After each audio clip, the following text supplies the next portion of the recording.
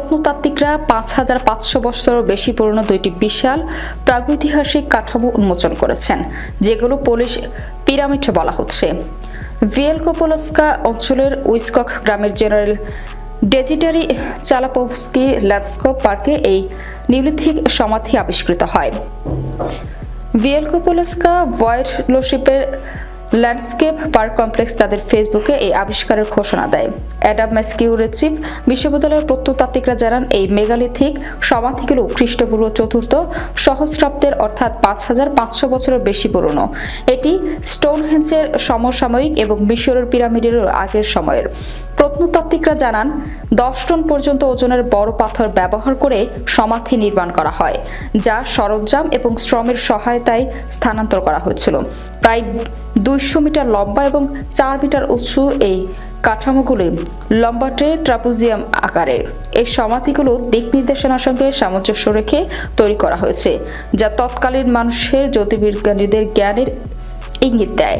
সম্ভবত প্রতিটি সমাধিতে একজন করে কঙ্কাল পিঠের উপর শায়িত অবস্থায়, পা পূর্ব দিকে রাখা থাকত এবং পাশে মাটির পাত্র, পাথরের কোঠার ও অফিরের পাত্র সহ নানা সমাধি সামগ্রী রাখা হতো।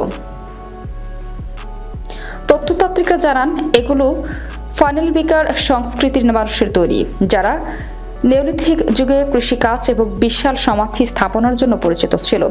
ভিয়েলকোপোলস্কা অঞ্চলের ল্যান্ডস্কেপ পার্ক অ্যাসোসিয়েশনের আর্থুর গোলিস বলেন, যদিও ফালেনপিকার সংস্কৃতির সমাজ ছিল তুলনামূলকভাবে সমতা ভিত্তিক, তবু এই সমাধিগুলোতে এই সমাজের গুরুত্বপূর্ণ ব্যক্তিরা শায়িত থাকতেন, নেতা পরিহিত সমান।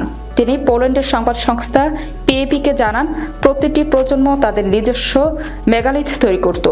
এই আবিষ্কার নেওলিথিক ইউরোপের সামাজিক, ধর্মীয় ও স্থাপত্যগত উৎকর্ষ সম্পর্কে নতুন ধারণা দিচ্ছে এবং প্রাচীন ইউরোপীয় সভ্যতা সম্পর্কিত আমাদের বিদ্যমান ধারণাকে চ্যালেঞ্জ করছে। গোলিস আরও জানান, সম্ভবত এখানে পাথরের কোঠায় হাতুড়ি, মাটির পাত্র এবং আফিস সংরক্ষণের জন্য ব্যবহৃত বিশেষ পাত্র পাওয়া যেতে পারে। সময়ের সাথে সাথে অনেক সমাধি বিলীন হয়ে গেছে বা ক্ষতিগ্রস্ত হয়েছে, তবে যেগুলো বনাঞ্চলে ছিল সেগুলো টিকে আছে এবং আধুনিক যুগে আবিষ্কৃত হচ্ছে।